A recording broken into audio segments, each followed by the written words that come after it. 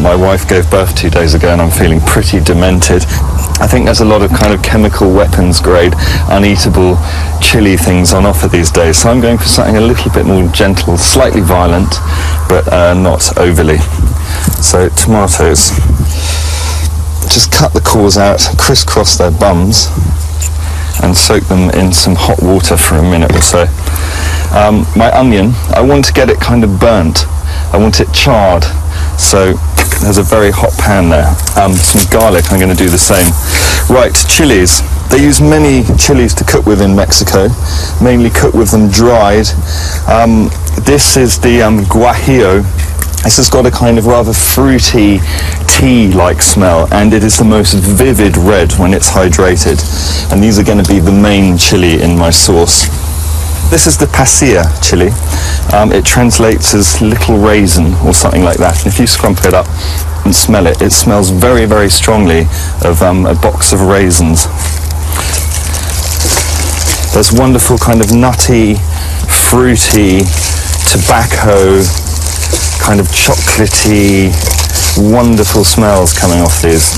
Yum! Val then toasts a teaspoon of cumin and peels the tomatoes.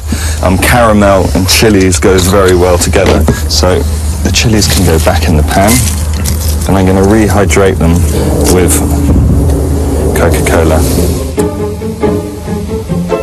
And now the chopped onions and garlic need to sizzle away in the other pan. Mexican oregano, like dried oregano that we're used to, but even more floral and flowery. It's very, very powerful. It's about half a teaspoon. Some black pepper. And not forgetting the tomatoes, ground cloves, tomato juice and salt. If you need to put a bit more in, put a bit more in. It's not the devil's dandruff. Right, now these chilies also need orange juice. The chilies go in. I want something quite gentle, so cider vinegar. I've got to be really easy. It's hot. It's kind of on the edge of, you know, but still not too hot. And just to make sure of maximum flavour, Val adds extra cola, spices, sugar and seasoning to taste. Ed, will you come and have a taste? I think I might like a tiny bit more tomato in there, I'm not quite sure yet.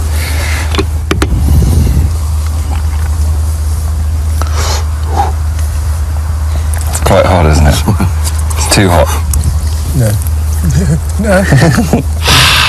Val's picked up one last special ingredient from chocolate maker Galia. So in goes about a quarter of a cocoa nib.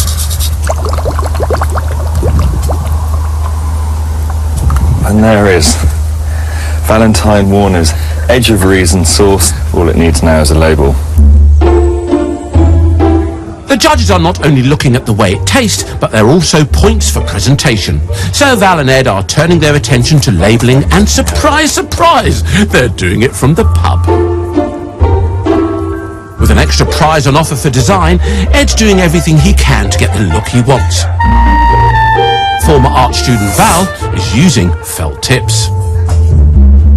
So I just want it to look like it's travelled all the way along the Silk Road through India.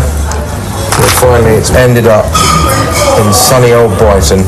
I've come up with no better idea than an eye with flames coming out of it. There you go. Val's Edge of Reason chili sauce and Ed's Silk Road chili chutney are all set for judging at the Chili Festival tomorrow. Cheers. Cheers, Val. Good work, mate.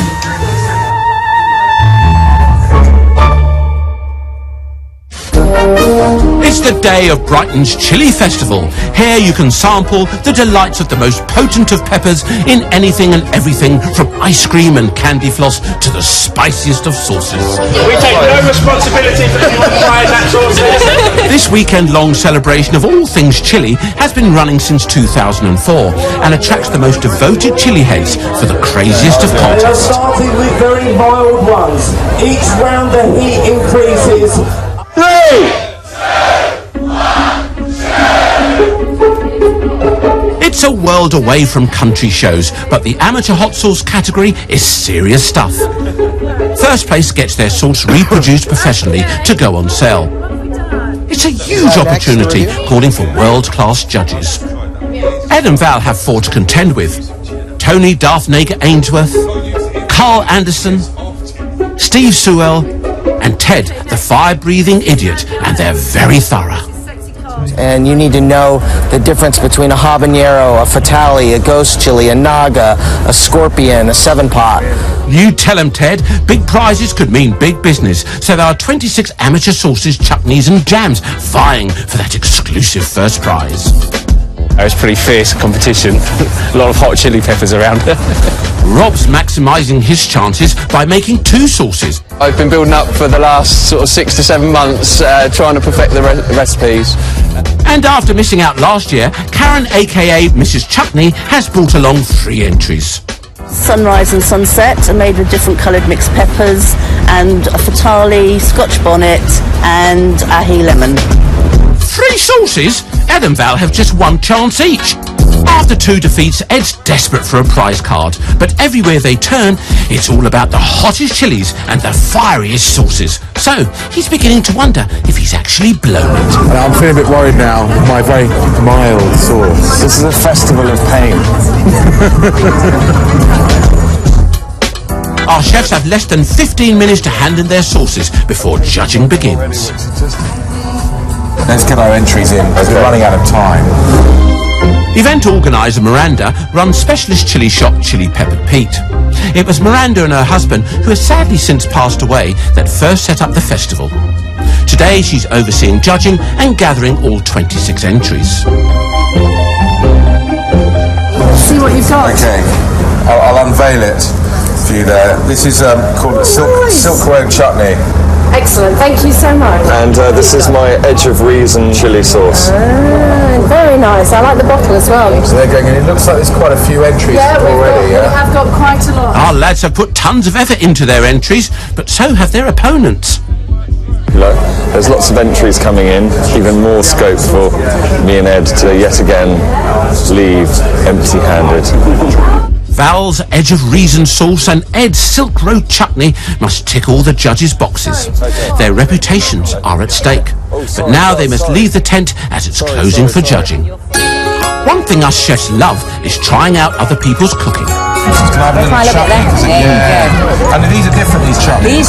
This is a mango and quince. Chutney, Ed, you're obsessed. Chutney, chutney, chutney. That would have been a really good use for my pumpkin loaf that didn't do very well in the competition. I could have hollowed it out. We could have hollowed out your roulade. Or the roulade, in fact. Yeah, you wouldn't need to line it. Too late now.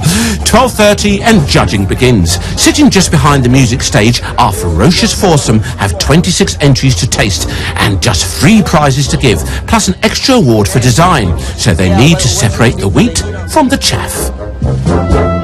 That's horrible. Yeah, that's not good. Sorry. A simple sauce. 0. Just for a really simple. Sauces are grouped according to heat, so the judges' mouths aren't impaired from the start. Milk on standby being one of the best remedies for curing spiciness. As Ed's chutney is mild, it's one of the first things in the firing line. Silk Road Chutney. Yeah, that looks good. It looks nice and weathered. That is post-apocalyptic Women's Institute. Really good. Oh yeah, I could eat a whole bottle of this. Not much heat, but it's really, really good. This is my favorite so far. I found it really, really bland, personally. No chili in it at all. It doesn't taste like there is anyway. Yeah, that was really tasty. Ah, it's a mixed bag for Ed's chutney, but could Karen, aka Mrs. Chutney's first sauce, sneak in front? Nagamore. I like the name. I like the label too. I don't even like sweet stuff, and that's really good. I'm not getting any heat. Could I? Next in the hot seat is Val's sauce. Need more of everything. There's no heat. It's very bland. It's like brown water. Boy, they're not holding back. It's watery, it's bland, and there's almost no spice. It's not good. Label's good. Well, there's always the special prize for design. Next up, it's the mildest of Rob's 2 hot sauces. Phlogiston. Interesting. I like the packaging. I like that. But will Karen's third entry, Sunrise, combining Fatale, Scotch bonnet and ahi lemon chilies, have the saleability the judges are after? This is Sunrise. You had to help, Eddie. Yeah, my first attempt to taste. That is the best one yet, easily. Yeah, that's good. That is amazing.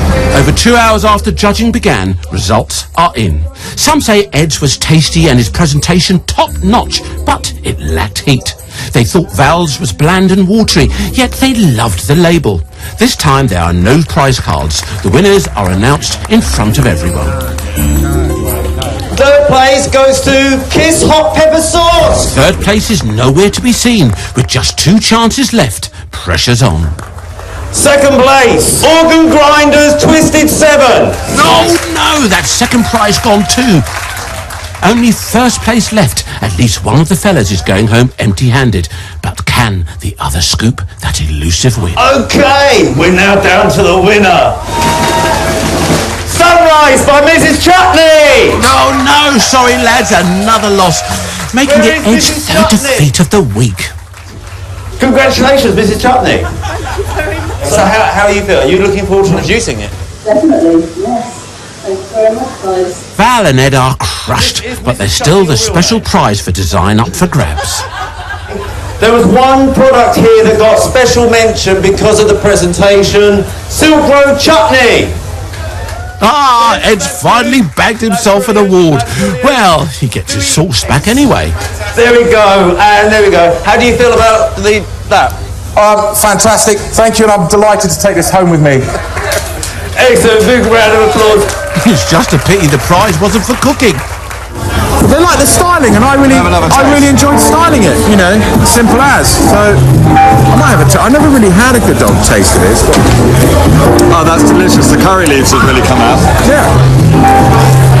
There's no chili in there whatsoever, is there? None whatsoever. Any chili? No, just how I like it, actually.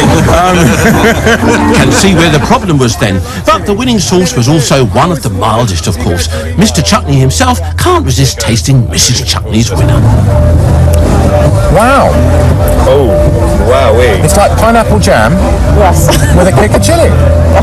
This is very good. Can we see your trophy? My lovely trophy. I really wanted to win that. Did you? I'm really sorry, Ed. Not that sorry. Our chefs pick up points if they win a country show prize. 3 for first, 2 for second, and 1 for third.